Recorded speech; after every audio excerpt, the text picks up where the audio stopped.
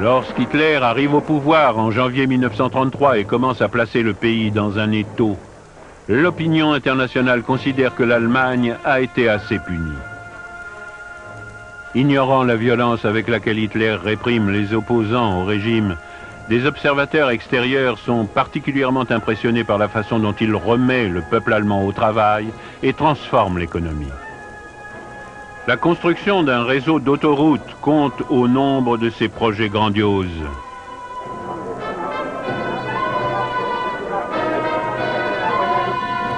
Aus ihrer Kenntnis heraus schlichte Voraussetzungen zu schaffen für die Überwindung des Folgezustandes.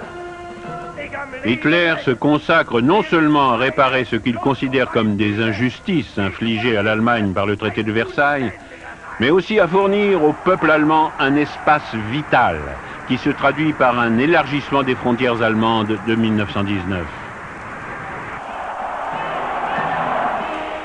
La première étape est le retrait de l'Allemagne de la Société des Nations en octobre 1933. Hitler entend ainsi protester contre l'interdiction faite à son pays de posséder des forces armées analogues en personnel et en matériel à celles de ses voisins, notamment la France.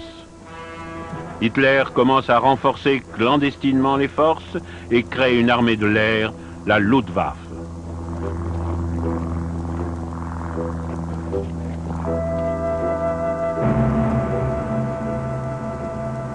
Le monde entier l'apprendra bientôt.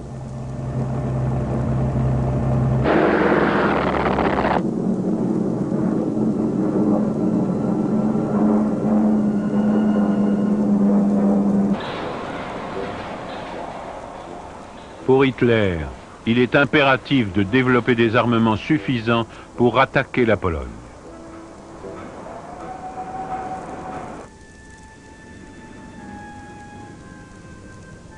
Entre-temps, il ne perd pas de vue son Autriche natale, dont la population parle aussi l'allemand.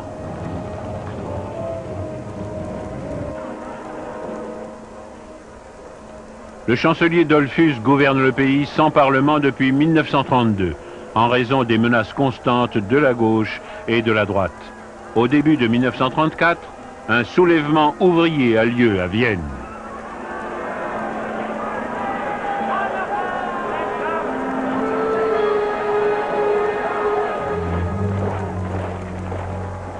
Dollfuss l'écrase brutalement par une intervention armée.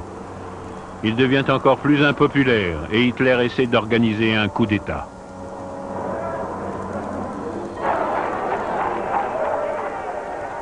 Malgré l'assassinat de Dollfuss par les nazis autrichiens, ceux-ci échouent et l'armée autrichienne reprend une fois de plus le contrôle du pays.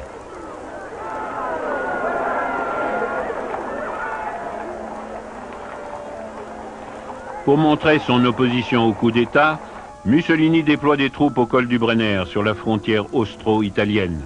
Hitler est contraint de se replier. Mais il est encouragé par les résultats d'un plébiscite, organisé sous les auspices de la Société des Nations en Sarre, en janvier 1935. Cette région frontalière, convoitée par la France, est sous le contrôle de la SDN depuis 1919.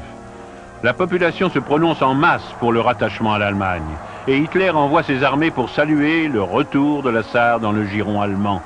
Elle sera la première d'une série d'acquisitions territoriales par Hitler dans les années à venir.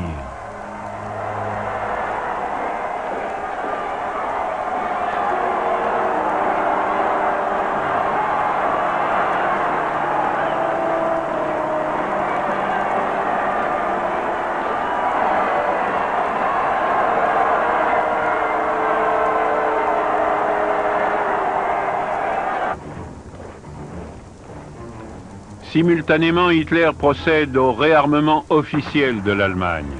L'armée est doublée et la conscription remise en vigueur.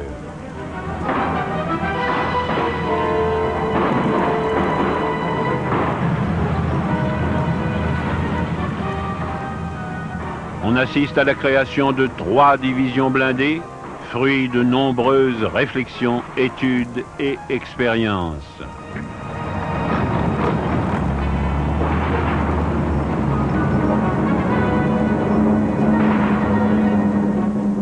La révélation de la Luftwaffe est plus spectaculaire, bien qu'on en ait soupçonné l'existence depuis quelques mois. Elle semble rivaliser quantitativement du moins avec les armées de l'air britanniques et françaises, même si Hitler essaie d'abord de la faire paraître pour plus importante qu'elle ne l'est en réalité.